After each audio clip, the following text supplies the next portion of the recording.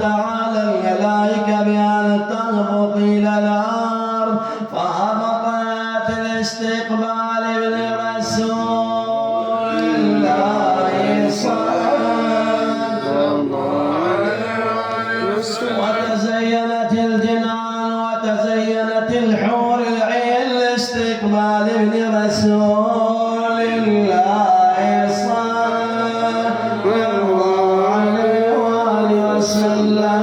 فلما كمل ذلك الحمل 9 أشهر اضطجعت أم الإمام عليها أفضل الصلاة والسلام على فراشها، ومن حولها